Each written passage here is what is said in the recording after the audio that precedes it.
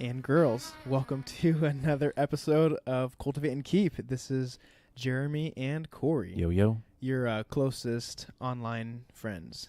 That's right. Kind of. Hopefully.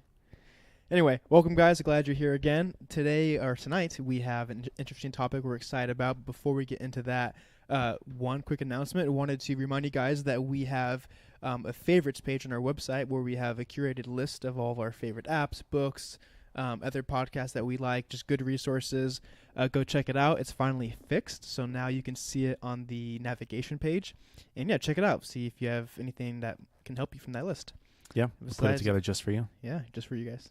Cool. All You're right, up, Corey. Yeah. Well, so we were hanging out with some friends, and our mutual friend AJ. I don't know if he actually shout out to AJ. Yeah, I was like, he's getting shouted out. Whatever, he's getting mentioned. He mentioned this movie he just saw on Netflix called The Push. Me and Jeremy. First it was. Why are you laughing? First it was The Edge. Well, because you said it so confidently every time. You're like, yeah. "Oh, it's The Edge." As with I was like, most I things that don't know. do. Yeah. And then you were like, "What was the other one?" It was The Push. no, it was No, it was The Edge. Over the Edge. no, but it was something even before The Edge. Yeah. Anyways, the movie's called The Push. The Jump, maybe? No, The Drop. That's what it was. First it was The Drop, then So was we're like The Googling Edge. it, trying to find it. Like, why does this not exist? And then Yeah, this isn't it. Okay. So this movie's called The Push, and he was telling us about how he just watched it, and he didn't want to spoil it for us. But basically, it's about how we're gonna spoil you guys. Oh yeah. So major spoiler Yeah, alert. We're introducing it now, but the concept of the movie is sort of like this social psychologist, scientist guy mixed with reality TV a little bit. He tries to experiment, and he basically asks the question: can we, as people, or just as regular human beings, be manipulated through social pressure and cues and circumstance to commit murder? Which is crazy because, like, one, it's such, you'd have to put up such an elaborate theme and scheme and like plan just be able to like try to test that in the first place. But second, what happens is actually really surprising, like really, really surprising, especially given like how it plays out, how they present it, which we'll get into. But we wanted to say, if you want to go watch the movie and then, press pause on this, go watch the movie, and then come back, we're going to be spoiling everything and talking about it. So if you want to, go find it on Netflix. It's called The Push, and I believe it's by a guy named Darren Brown. It's called The Push, and you can find it on Netflix only, I believe. Yeah. And it's like barely an hour, right? An hour and 10 minutes. I think it's like 50 minutes even. Or I don't know. Yeah, maybe you're right. Pretty hour quick, and 10. quick watch. Yeah, quick watch. Okay. So now if you've pressed play again and you're back with us after you watch The Push, what do you think? The very first time. So I watched it before you, and I think I texted you. I think we watched it the same night, yeah. Yeah, I think we did, huh? Well, we were with AJ, and we were both like, I'm going to watch it tonight. And then, like, I texted you saying, I'm watching it right now. And then you were like, oh, I just finished it. Like, yeah. And you said, like, let's for sure talk about that on a podcast. Yeah. It was good. Like, when AJ first told me, I was kind of like, probably won't actually go watch it. But I happened to be, like, free that night, so I did. And it was honestly way better than I thought. Like, way better. I liked it. So it has like alternate endings. Like there's like a main character, like it's all about one guy. But the very end, like it basically they kind of like do a quick recap of 3 other people that they had on to kind of show you like those outcomes, Yeah. And I thought that was like my favorite part. Kind of see how every different like contestant basically how they acted, and kind of what happened. So I liked it. I thought it was like it provoked a lot of like interesting like thoughts. Like I'm definitely that kind of person. Like I don't like to admit it, but when I think about it, like I definitely will be like pressured to do things. Like if I think about it, like yeah, I like if someone like I don't know, like they do that test of like so one part of the episode is they have finding the people. Yeah, like 10 people they're interviewing. That was so sad, and they do honestly. some random stuff. So they have like a big open auditorium, and it starts off with like 10 empty chairs, and they tell one guy to go in there and like start filling out his paperwork, right? And so it's one person, and slowly it fills up to where there's all 10 people. But the first guy goes in there, what they do is I think it's like a whistle or a it's like a ding. Like it's just like a little like bing, like a bell almost. And the cue is to stand up, right? Yeah, to stand up every time the bell goes off. Okay. So, okay, reminds me. There's one actor. One actor, exactly, that's in there. And so he's already in the room, right? And so the second guy, or the first guy comes in, and they're filling out the paperwork, right? And then the ding goes off, and then the first guy, the actor, stands up. And then the newbie's like, okay, what do I do? And so I don't think he does that first, but then it happens again, And then he's he like, stands okay, up. so he stands up. And so, like, long story short, like 10 people fill their room. But what's interesting too is that after like the third or fourth maybe, the actor actually leaves the room. Yeah, And to then see if the and then it continues just on its own. And there's all these random people who like for no reason, for just no reason standing up have 'cause never met, this and they're all noise. standing up to this bell like as if like that's what they're supposed to be Yeah. doing. We should probably back up a little bit. So, Yeah. like we said, I think we said this already. So, the premise of the movie is like there's like probably 120, 150 paid actors that are all part of this. And the whole idea is, can we have one guy that has no idea what's going on? He's not a paid actor. He's a real person. Can we have this guy basically be pressured to commit murder? And so, while they were trying to find like people who could fill that role, they wanted to put them through like preliminary testing to see if they would They're more susceptible go to along with social pressure. these cues. And so that was part of the testing phase. Yeah. And that alone was like super fascinating because It really was. you have 10 random people, the actors are gone, and they all still stand up because for no reason. It was funny as they were bringing in these like test subjects that were basically applying for this role. A few people like didn't do it. They just refused to stand up for because there's no reason to, right? Yeah. And those people, they come and pull them out. And Yeah, so, they just like leave. yeah, it was funny. Like they say, hey, you have to come with us, and basically they're just fired or disqualified. Yeah, you're gone. You're gone. And so that was interesting. Like, whoa, like even like with that, I feel like I'm that kind of person. Like I would go in there and sit down, and everyone stands up. So like, all right, I would stand up. No, like, I would for just do sure it. never stand. I feel like You that stuff. wouldn't? I feel like that stuff happens to I me in feel like I real would. life all the time. And I'm like, no, this is stupid. I feel like I want to be that kind of person where I'm like, no, I'm not going to stand up, but I feel like I totally would. Like, and that's what made it interesting. Like, okay, so then, I mean, through like a series of events, like, could I be pressured to murder someone? I really hope no, but I They're don't like, geez, know. am I susceptible? Yeah. And that's kind of like, as I watched it, and if you go watch it, like, think of that. Like, what would you do in these situations? And there's like crazy, like, things that come up, but.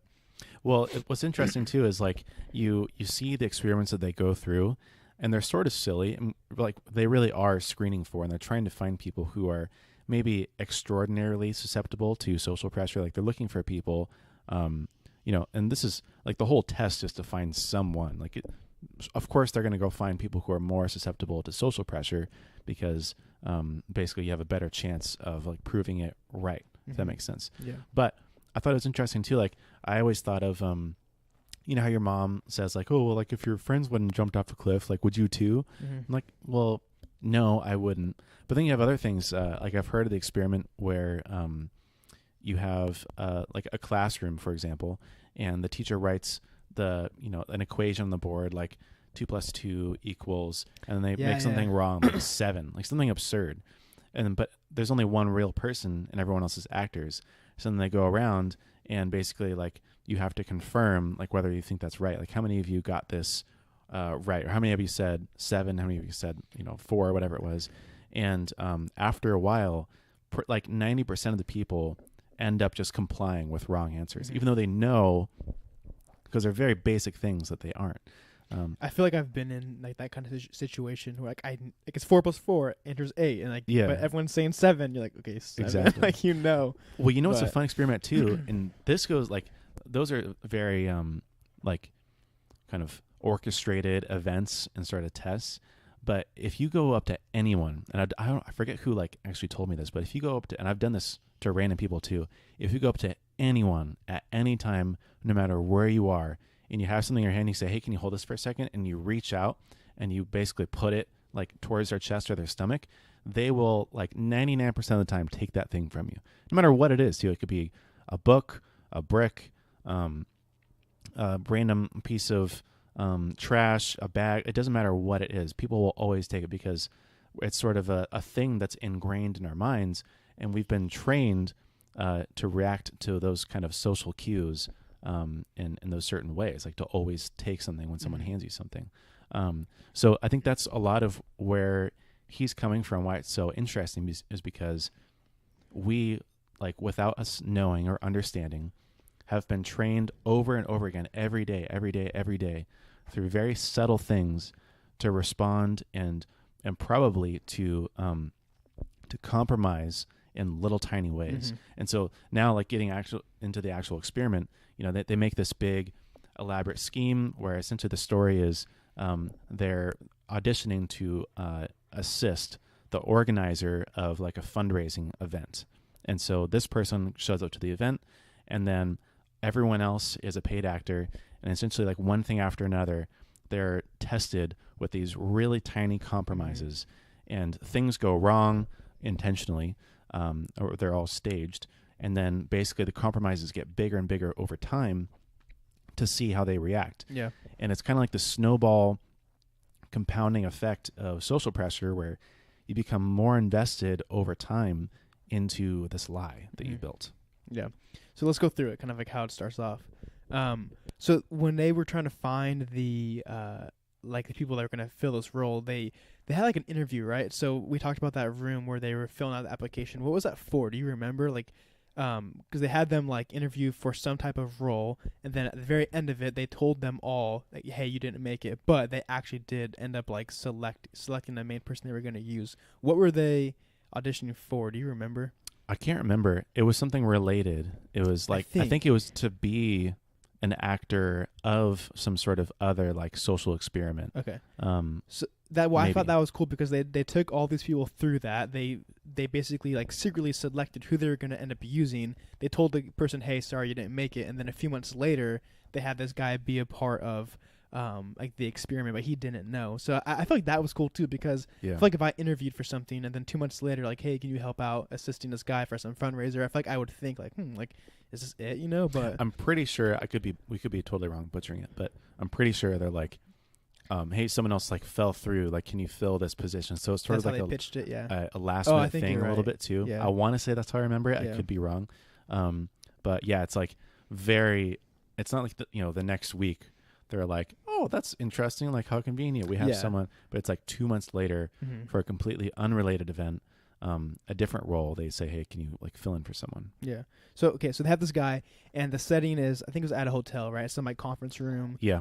Some like Gallup area, and so they arrive, and everyone's kind of getting ready for the party, and I think it starts off in that kitchen, right? That's kind of where the they're very at. first scene. So the very first like pressure they want to see if this guy's gonna comply to, it was the main guy that's organizing the event. He's getting ready like the appetizers and the hors d'oeuvres and the food, and they've run out of meat, and No, they run out of vegan options. Run out of vegan options, and so they're putting together like these like platters of food, and they're all like labeled like meat, like whatever, vegetarian, all these things, and they've run out of the vegan option, and so the guy's like, hey, you know what, help me like quickly just stuff these ones with meat, and then we'll label them vegan, and no one will ever know. They have to put the little flags on. Yeah, put the flag on it that say vegan, and the subject's like okay, and so he just starts doing it, and part of it is like this guy's kind of like the heading it up, he's the authority, and so he's pressuring this guy to do it, and so he kind of goes along with it. So that was the first like subtle test, and the guy gave in. He did it because he I'm sure he didn't know otherwise, and that was the very first one. Okay,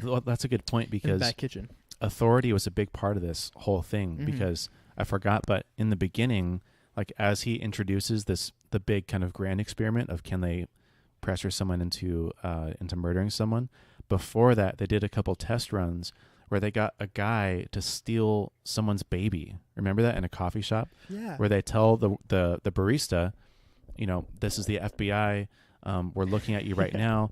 The lady that you see is like wanted, and like the baby that she has was kidnapped. Like when she goes to the bathroom, or like when she like turns her back or something, like take the baby and walk out and like run and like meet us somewhere. And so and there's obviously no baby in there, but this barista just like on the phone in the middle of his workday, because he hears that it's the FBI, it's an authority figure, he goes and takes the stroller with the baby, and he walks out of the store. And then they meet him and they tell him like, hey, this is just a test. It's a fake baby. It's a fake baby. Yeah. Like he couldn't see. But authority is a big part, which I thought was like maybe not super obvious. Like part of the social cue was, we, again, were trained and ingrained to look to authority and to follow orders and to, do what other people above us say. Yeah. So the first compromise was to swap out the food, which he did. And then after that, they left the kitchen. Then they're in the main room. What was the next step? Do you remember? I can't remember what the next step was, but I want to say like the next one that I remember is that they're I think they're sort of practicing. I remember this. Well, go ahead. So then they basically kind of the person that basically called him to ask him to fill in for this event, this guy hooks him up with the main dude. He's like, hey, like basically follow this guy around, assist him. Like he kind of indirectly tells him that, and so like without even like telling him that's what he's doing, he like basically has this guy following around like a dog. Like he takes like the briefcase and says, hey, carry this, or hey, like go move those boxes, hey, and just like all these random things he's just doing, and this guy's like pressured into it. Yeah, because he wasn't supposed to be like this guy's slave, but he's kind of just like, hey, like can he just like pick up his stuff? He indirectly is doing it. And the guy who is following, I think he's like sort of like the main like giver. Like they're looking to him to be like the donor, like the largest donor for the night. And so he ends up kind of being a slave to this guy, picking up his luggage. The guy's kind of like stuck up and kind of just like assumes someone's going to serve him. So he takes his luggage, he like gets some water, he like kind of like, serves him hand and foot a little bit. And the main guy who's organizing it is kind of, he's like, hey, like just do this, like the one thing, like just follow him around. And so now he's like now he's made lower than he was supposed to be. He was supposed to be aiding the organizer. Now he's serving like one of the donors, which was a position that he wasn't supposed to be in. With these like random like tasks that he shouldn't be doing. And so we should explain. So there's that main character that's the subject, and then there's the guy you're talking about that basically the whole time is kind of the one that's like pressuring him into doing these small things. Or you shouldn't even say pressure him, because that's not how it's like set up. It's They're like, just sort of seated. Like, hey, do this, hey, do that, hey, help out with this, and he just kind of like goes along with it. He's not like, hey, come on, dude, like smoke some pot. You know what I mean? He's like, can you like do this one favor for me, or can you just really quickly, no one will notice, or can you follow me and do this, or can you do this for this other guy? It's not like these like outspoken traditional kind of social pressure things we think of. So there's about like 10 or 15 minutes of these small like little tasks that are kind of crammed in there, and then like the next scene they're over in this next room kind of getting ready for the speech. And so the main guy's up on stage like preparing his speech, kind of practicing, and the subject and then that guy with him are kind of just watching, helping him out. And then pretty sure like quickly after that, the main speaker has like a staged heart attack. And so he basically falls over and is like having a seizure basically, and he's like falling apart. Heart attack. Something's going on. And the guy's like, hey, run into that room, grab in his jacket, he has like a bottle of pills or something, go grab it, and then come help us out. And so the guy goes, he's like in a panic, he's going through the jacket, can't really find it, and then he comes out to the main room, and the guy's like, whoa, like he's dead. And he tells the guy that, and he's like, oh shoot, like what do we do? And so that's kind of where the plot like really starts. Yeah. And so that dude that's along with the subject tries to convince him to put in a body in a box. He's like, hey, let's hide the body. Like we don't want the guests to know about this. Like we have to figure this out. And so they have like it's not like a coffin, but it's like just like a big like rolling shape of a coffin, kind of. Yeah, it's just like a giant like a cargo box. Yeah. And so this guy like pressures him into like stashing the body away, and so they put it away in his box and they kind of hide it. Yeah. And then they go back to the main room, and at this point, guests are filling up the room, and stuff is kind of starting up. And so now the subject is in like a panic. He's kind of not in a panic, but if you watch him, he's like really distressed. He's like constantly like rubbing his head, and he like looks super just like red in his face. And what they do is when they're in the kitchen figuring out what to do, because the guy's like, well, we're going to call the police like right after the event's done. Like, I don't feel right about this, whatever. And he's like, okay, like, well, like we need to figure out what to do. And then this other guy walks in who's like the bidding kind of orchestrator. Oh, gosh, what do we call him again?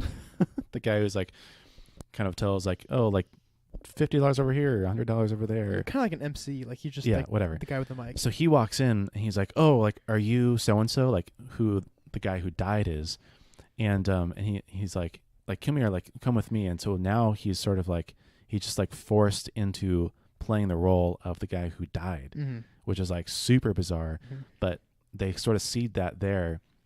The guy who walks in just assumes that that's him, and he can't say no, because then he's like, well, where is he? Then they have to explain like that he's dead, or whatever it is. So So he goes along with it. Yeah, so they're all sitting at the table. They're like having their meal. They're like watching the auction. Everyone's there. No one knows what's going on. And then they bring out this box, and it's the same box that they've stashed the body in. And so they bring it on stage, and then the guy that's bidding is like, all right, who wants to bid on this box?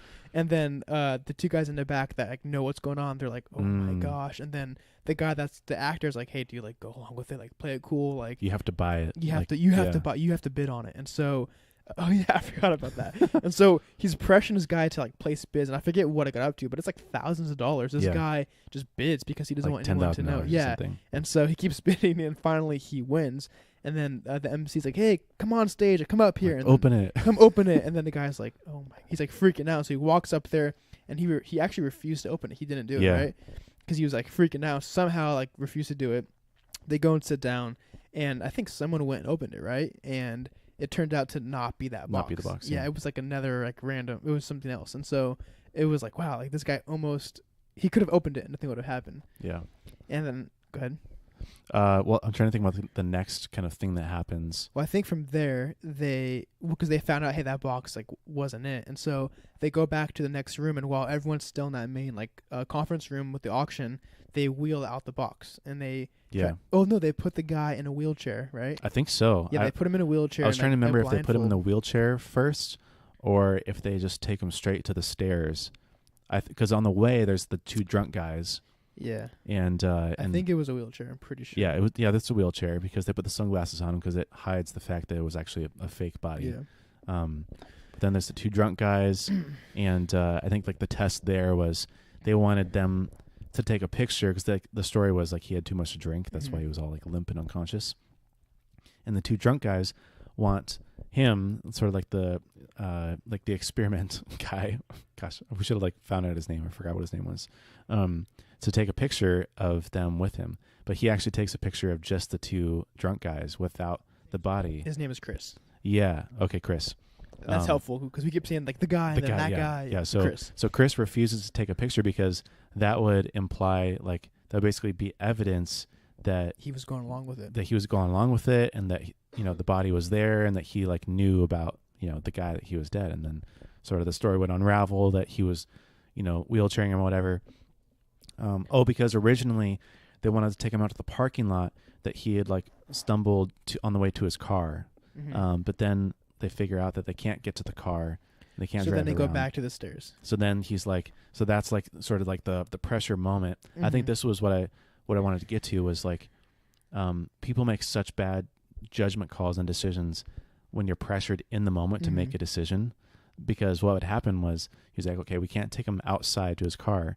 So the guy or the organizer says to Chris, like, well, let's put him in the stairwell. Like, we'll say that he fell down the stairs and like went unconscious and maybe like died from, I don't know, like a heart attack or something. He had a heart attack and fell down the stairs. And so in that moment, Chris says like, okay, fine. Because he didn't have any other choice. Essentially in the moment he had to, but that was really like the sort of like the damning thing that set him up for what would happen later. Yeah, so they're at the bottom of the stairs. So that guy puts the body down there. It's like, Chris, come here. Like, let's kick his body. Like, we have to make it to where he like. He's like, wait, well, if the body's here and there's no bruises, like they'll know that it was staged. So kick him. And so they're like, he's trying to convince Chris to kick the guy that's supposedly dead. Yeah. And so he doesn't do it. I was gonna say hands off. Like I feel like Chris like passed most of these tests. Like he did. The small ones he gave in.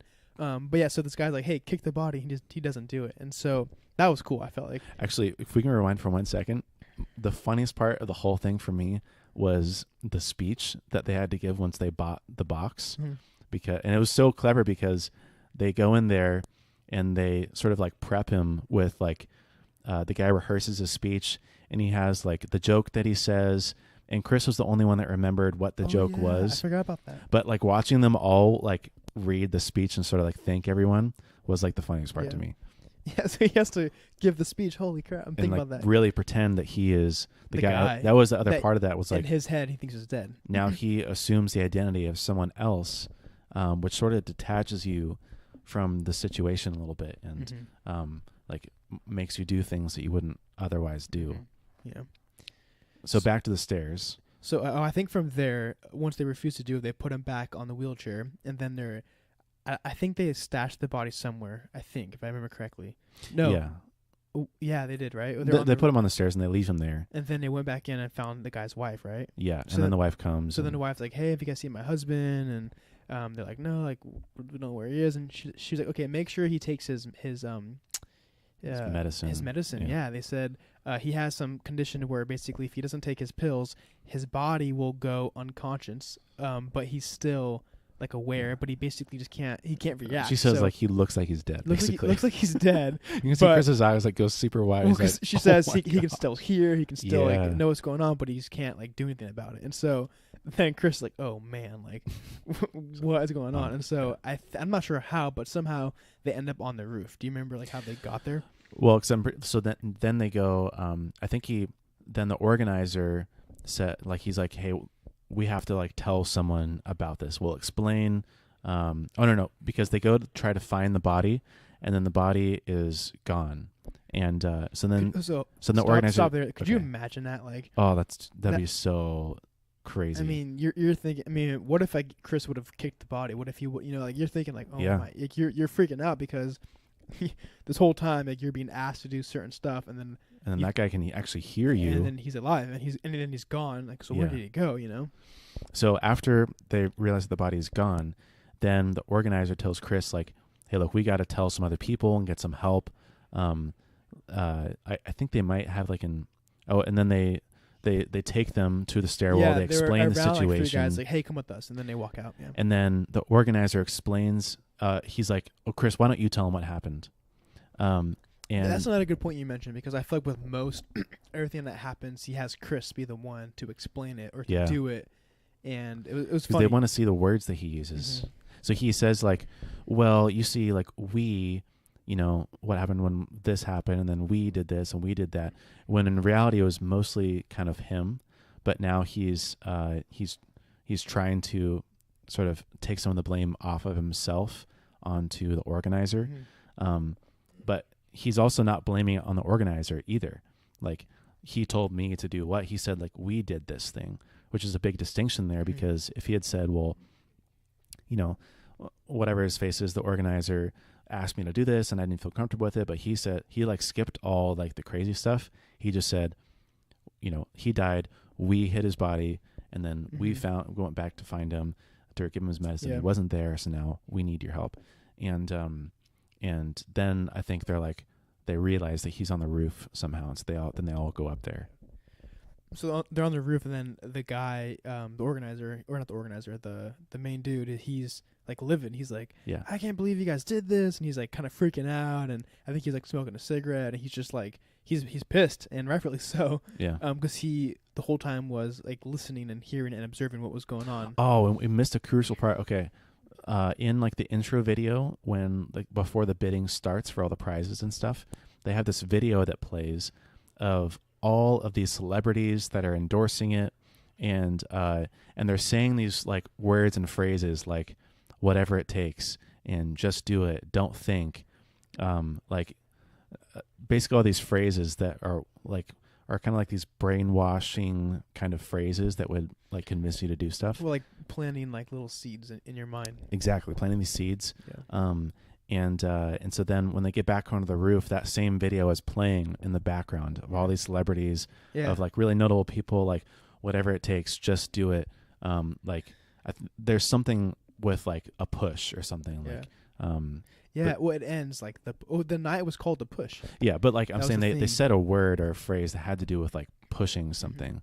But anyways, there's all these phrases. So he's up there on the stage. This guy is livid, and then he like sits on like the edge of the building to like kind of cool down a little bit, and then the organizer and Chris and I think the 3 or 2 other people that they brought up there, who Chris had explained everything that had happened, are talking about what should we do, and he's going to send us to jail, and you're guilty, and yada yada yada, and basically it was like, well, since you did this, like he's like, well, like I'm never going to be able to see my family again, like we should just push him off, like no one will know, we'll say that he got a little tipsy, got a little too drunk, came up to the roof by himself alone, and then he fell, and then like, well, one of us has to do it, and then they look at sort of the most guilty person who they intentionally like built all this up to be the most guilty person, they look at him and they're like, Chris, like, you should do it. Like, just do it, whatever it takes.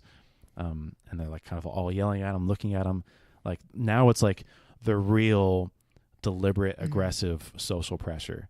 But he's already made all these little and now pretty large compromises up to this point that he's so invested in it. Whereas if you were just to take some random person to the roof and say, like, push this guy off the roof, you would just say no. But because of this whole circumstance, now you can see in his head, like, his brain's just about to explode and he doesn't know what to do. Yeah, and so, I mean, again, props to Chris. He ends up, spoiler alert, like, not doing it. He doesn't push the guy. Yeah. And I think at that point, like, it finally breaks, and they're like, hey, like, this is all, like, staged. Like, this was an experiment. Like, yeah, great job, exactly. Great job.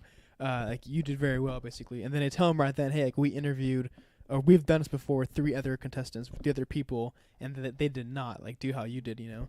And so, if you're Chris, like, you're relieved, and you're like, oh, thank God he didn't actually do it. Because, we'll get to it, but the other contestants, they, all 3 of them actually ended up pushing the guy off. They did push him. Which was crazy. And so, once it, like, once you find out Chris doesn't do it, you know, they explain it all, and then they kind of do, like, a 5-minute recap of every other person they had on, and everyone ended up pushing the guy. But it was funny. This is my favorite part. With those other 3 people, once they had pushed him off, they actually, like, did it. And I think it was 2 girls and another guy. Yeah. They push him, and it's, like, just silent on that roof. And then finally they say, hey, this was a test. Like, basically, like, you failed. Like, yeah. you did the wrong thing. Up. Like, you did what we were hoping would happen. Like, you actually pushed the guy. And what's crazy is he actually falls, like, in the show, because there's, like, a net or something. He's harnessed. He's harnessed, so they catch him. But so after they break the news, hey, like, this was all staged, like, you failed, then they pull the guy up and he's right there, and it's like, I feel like that'd be so awkward. Like, if you're like, well, wait, did it actually kill someone? Yeah, like he's fine. Like, they like let him look over the edge, and he's, like, sort of down there, like, hey, what's up? Yeah, dangling down there.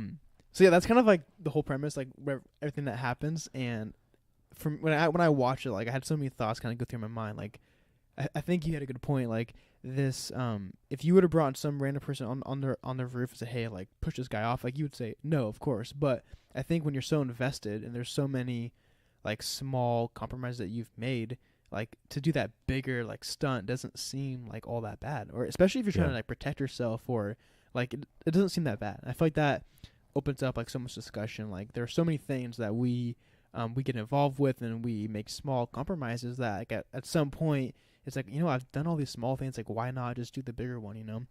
Yeah, it translates into so many different things. Yeah. I mean, well, like, it's 2 parts of it, too. Like, one, it's crazy that 3 of the 4 people actually, like, pretty much murdered someone. Like, they pushed him off the edge. And if you look, I mean, it's crazy to watch it, too, like, what it looks like for them to do that, because both of the girls kind of, like, inched up, and then they looked. They think, yeah. And then, like, they just give, like, one good push off, and then they immediately turn around. You can see, like, guilt and, like, shame, and, like, they're scared and they're afraid. And the guy is, like, a little bit more, like, affirmative. Like, he kind of just walks up and does it, and then turns around. You can see he's, like, doesn't really know what to think.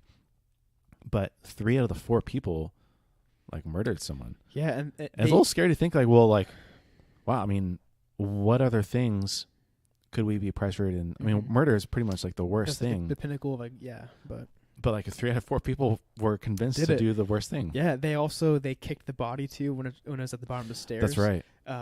They kicked it. I think every other test they gave in. I think Chris was the only guy that, like, I feel like most of the, like, absurd tests, like, Chris passed. Like, he didn't do most of them, but everyone else, like, did all of it. And it's crazy, like, 3 out of 4, like, 75%. Well, not quite, actually, because in the beginning, I'm pretty sure, maybe I know 1 for sure, maybe 2 of them, the very first thing, they refused to put the meat onto the vegan plate and give it a flag. But then, because of all the other things that they did, it still had the same result. But I'm pretty sure the other 3 kicked the body. Yeah. And it's also interesting to think about all these sort of like, inflection points, or all these, like, really critical moments that determine the later ones too. Because in Chris's mind, well, in all their minds, all the contestants' minds, they were just thinking, like, this is the last thing, or, like, this is the only other thing that I have to do is I have to kick this body and then we'll be okay. But what they don't realize is that what they're doing is actually setting themselves up for an even worse act later on. And so I feel like that was a really important moment for Chris, was not kicking the body, because maybe that was just enough to give him the confidence to say no when they told him to push the donor over the edge of the building. Yeah. Oh, and so that was the first part. And then the second part of that was just thinking about really how powerful like social pressure is.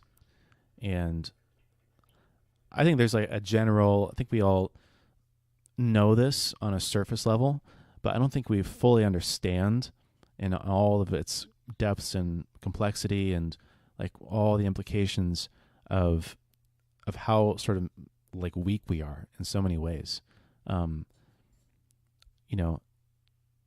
It really like it's not as simple as I would never do that, or I would never do this, or I'm not that kind of person. Because in one night they convinced 3 people to do things that were, and they showed some of the interviews with people afterwards talking about the experience. And I think one of the girls especially was like, I was always that person that would tell myself like, I'm not going to be the person to give into this thing, or to not do this or not do that. Like I'm going to say no. But then it only took one night with a room of complete strangers, not even people that they knew. Yeah. Like think about the power of social pressure with people that you know.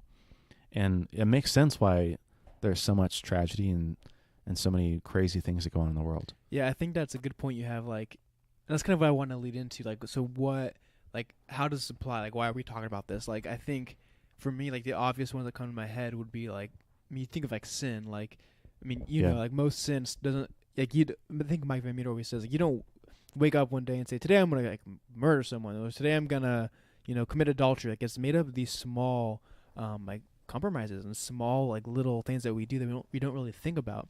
And I think like with sin, like I was thinking about like this topic we're on right now, like, so what does this mean? Like, how do you, like, if you're someone like that girl that said, I never thought I would do this, like I'm always that person that like decided I would never sleep around or commit adultery or murder someone, right? You decided that, but then like what happens in like day-to-day life? Like how do you avoid to get into that spot to where you commit that big sin? And one of my first thoughts was, I think it's like the people you surround yourself with. And in this like film, again, he was with like that companion, like the guy that was kind of facilitating all this. This guy was the one like pushing Chris to do everything, and it was subtle. It wasn't like directly like, hey Chris, like, kill this guy. It led up to so many small things, and they were all like indirect. And it wasn't even like he was commanding Chris to do it. It was more like, hey, like, come on, like, let's just do this. Like, it was all like very sly.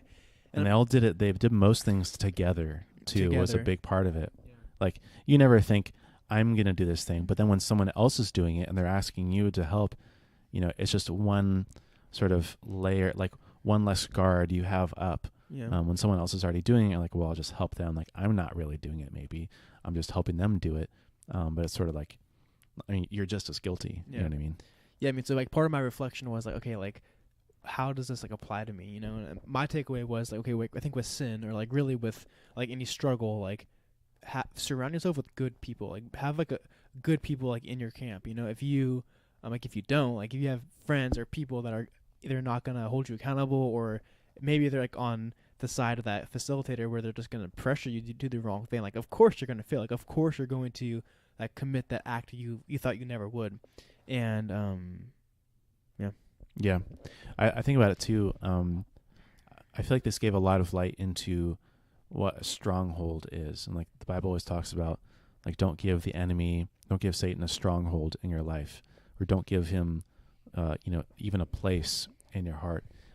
And all of those little compromises that he made, but especially the big ones, those became strongholds where. That's a really good point. Like, well, it's crazy to think like there was a certain point of like kind of no return.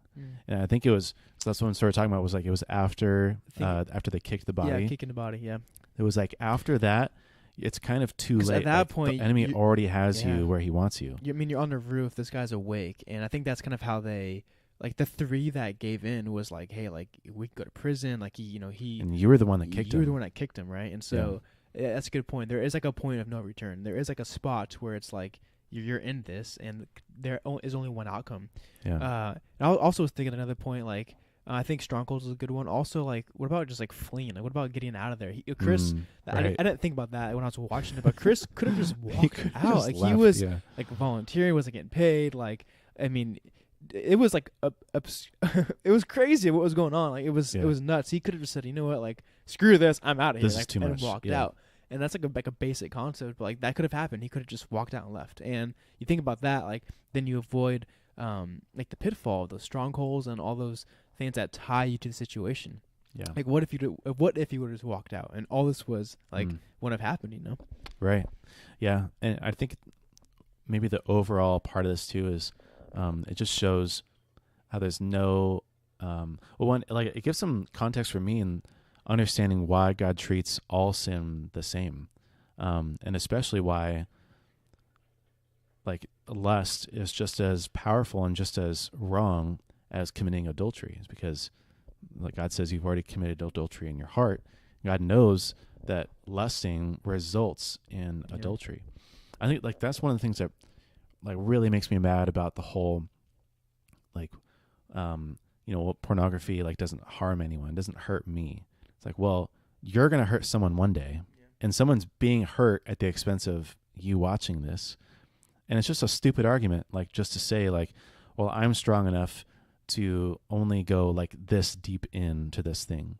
Because then once you go this deep in, then you want to go the next step in, then you want to go the next step in. And pretty soon you're waist deep in something that you never thought you would be.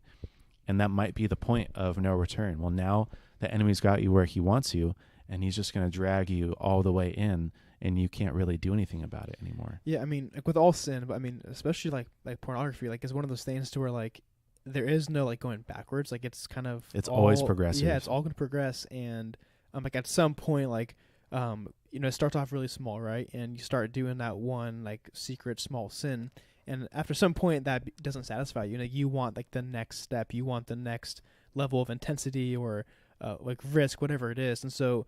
Like it continually progresses down that road, and to some point, like you mentioned, like there's like a turning point. There's like a spot you hit to where it's like, okay, once I do this one thing, like what else would I not do? Like why would I not continue down this path? And I think you have a good point of like that thought process of saying it only affects me, no one else. Like that's skewed. Like that's so wrong because it affects a lot more than just you, but also like. It's not going to stop at that. Like it's going to lead into more like tangible ways of affecting more people. Yeah.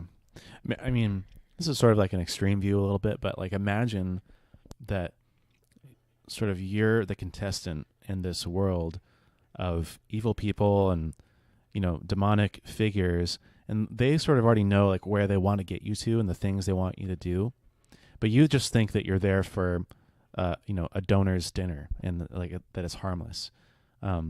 But like imagine the place that you're in if you had no idea that someone was trying to manipulate you and that someone wanted you to progressively do worse and worse and worse things. You would think, well, like, yeah, it's fine. Like I don't care about vegan people. Like, I don't care. But then like the next thing is, lying about who you are. And then the next thing is moving the body. And you think, well, that's the last thing I'm going to do. Or like, I'm not going to go any further than this. But they're thinking like, great, that's one more thing that we have against him. That's one more thing that we can use him. Like he's this much closer to the end result of getting him to murder someone. Imagine you were in that spot, like literally here with kind of like the spiritual forces at play. And it puts a little bit of perspective on kind of what's going on, and like to be careful about the things that you do and sort of the strongholds that you want to defend against the enemy. I don't think that's an extreme perspective because I think that's really how it is. Like there are spiritual forces that's kind of what's happening. And you think about those cartoons where like there's the guy, right, and then his left shoulder he has like Satan, right, and his right shoulder an angel, and like that's kind of like that's actually how life is. Like we go through life and like we have these thoughts like it's the enemy. He's tempting us and he's prompting us to do this, hey, do that, and it's kind of like that facilitator. He's like slyly and subtly like pressuring you to do certain acts, and I mean that's really like how it is, and I don't think that's like an extreme thought that you have on it. I think this documentary is like a picture of that, and we saw this example, but it's like really what it's like. Yeah. And I think the only other thing I would mention is it was interesting too watching the interviews after of the people who did push the guy over the edge and who did, theoretically commit murder, is that afterwards they were sort of reflecting about, you know what, like I'm kind of a people pleaser, or like I need to stand up for myself more. I want to learn to say no more. And like, yes, like the show and, Darren Brown, I think was his name, he targeted people who are more susceptible. But think about the things that you're kind of susceptible to, or like think about the ways that you're maybe a people pleaser. And like it really does pay off to learn to like have conviction and to have boundaries and to know what is too far and to learn to say no. And like those are all very like it's a scary place when you're kind of training yourself to always be in compliance to someone else. Yeah. And I was kind of thinking like about Chris, like when he said no, like in the documentary, like what happened? Like nothing. Like the guy was like, okay, like, and they just didn't do it, right? So when it was kicking the body, Chris wouldn't do that, right? Or when he was on stage and it said open the box, like Chris wouldn't open the box. That's and right, there was no consequence. Like they kind of carried on with the night. And I think like that's like a good thing to reflect on, because with a lot of this stuff, like we think like we have to give in, or we think like, man, if I say no, like what's gonna happen? And the reality is like most times like nothing's gonna really happen. Like you say no and then it continues. Life goes on. And so that was like a good reflection point for me as well. Like, dude, like you don't have to be like pressured, or even like those people that were interviewed, like when that like bell would go off and they wouldn't stand, like, well, they got kicked off the show, but still, like, I mean, what's the worst that happens? Like you aren't a part of that group, right? And so like saying no, like it's not gonna hurt you, And the longer they're in it, the worse it gets. The harder it is to say no. And the harder it is to say no. It reminds me even, it's sort of embarrassing, but I got a parking ticket. Recently? Yeah, like last week. Nice. Because those are the worst, dude. Yeah, because I was taking the dog to the park and I forgot. I thought maybe like they didn't charge for the metered parking spots on the weekends, but it was just Sundays. And I just like didn't even think about it. I feel like we've gone there and not paid for it before. But anyways, I got the ticket and I felt dumb, and I feel like Monique was gonna be mad at me, and like I think she was like gone, so I didn't want her to like come home and be like, hey, I got a parking ticket. And it was like $42, which is like not a lot. But I was just sort of bummed, like, dang it, I could have spent $1 and I'm spending $42. So I was like, whatever. Since it's so little, like I'm not just gonna tell her. This is so bad. Yeah, I'm so excited to hear this. I'm not gonna tell her, and then I'll just like pay it off when I get a chance. And so I put it in my office under my Kindle on my desk. And then the other night we were cleaning, and I hadn't paid it off yet. That's what you get, dude. And she was cleaning the desk, and I was sitting right there, and she picks up the Kindle and is like, "What's this?" And I was like, "Oh God, you gotta be kidding me!" So instead of like lying about it, I was like, "Oh, you know what? I got a parking ticket," and like, I'm sorry, I didn't tell you about it. I felt dumb. I didn't want you to be mad, and she was like really sad, obviously, that I was like hiding it from her, and it was super wrong with me. But like, imagine if I had like kept the lie going, and like it only gets worse always. Like the rule is, it always gets worse. So like, it made me think of Chris. He could have walked away at any point, especially like thinking about like even after the very first thing. If he just said like, no, like I'm not going to put this stuff, like what kind of place is this that at a nice dinner for donors, they're going to they're going to lie to their guests, like, this isn't for me, I'm just going to sneak out. Like, he would have saved himself a ton of trouble. Or even like when they got into the room and he's starting to take luggage around, and the guy's kind of bossing around, he's like, look, this isn't what I signed up for, like I got another more important thing, I want to go spend the night with my wife. Like, that's totally great. It only gets worse the longer it goes on. It always gets worse. Well, it was super interesting. Yeah, I loved it personally. Yeah, go watch it. I mean, like I said, an hour and 10 minutes, if that, maybe 50 minutes. Yeah, it's super interesting. And like, as you're watching, like, think through, like, what would you do? Like, I typically don't like those type of like documentary films, right? And I was like, dude, like on edge of my seat. Like, I was into it, dude. It was really good. I think especially once I saw, I was a little like not like disappointed at the end when he didn't like commit murder. But then when I saw the other three people, I was shocked. I was like, I'm so glad. Like, it's just crazy that this happened. Well, that was like, But that was more context. Like when you see everyone else, like you see, because again, that recap, like you see, like their like pitfalls, their mistakes, and then you can't believe that they did it. Yeah, it's crazy. And like seeing their reactions when they actually like pushed the guy, like those girls that were like kind of, you know, looking around their They're shoulders, so thinking sad. about it, then they did it, and like you just like see defeat. And I love how it was like quiet. Like it happens, and, like that video stops playing, and it's just quiet, and then it's like probably like 5 seconds of like, what did I just do? And then they say, hey, like this was all fake, you know? So It's crazy. it's good. We'll go watch it. It's called The Push on Netflix only, I believe. It's by a guy named Darren Brown, I want to say. Great stuff on psychology, you know, social pressure, just a lot of great stuff that can be translated into life. You'll see, you know, the article I'm reading has his face of him just like rubbing his temples, like, what I have myself into right now. Poor Chris, man. He was like pale white, like red hair. Yeah, like, just you could like, just tell he was stressed out to the max the whole time. It's a lot to put someone through, especially pressuring them into murdering someone. Yeah. But I mean, the net result was, the experiment kind of worked. Oh yeah. You can pressure someone through circumstance and social dynamics, and also just like pure kind of aggression for someone to commit murder, which is also super fascinating. Sad but fascinating. Yeah. So, thanks for listening. If you want to hit that subscribe button, leave us a rating and review. You can always tell us what you think, feedback, questions, ideas, and other topics for more episodes. You can email us at cultivateandkeep.com. Find us on Instagram or Facebook or Twitter even. Find us on YouTube as well if you want to see, if you're a YouTuber and you want to do it that way. Also check out our cultivateandkeep.com/favorites for more resources, and we will see you in the next one. Peace.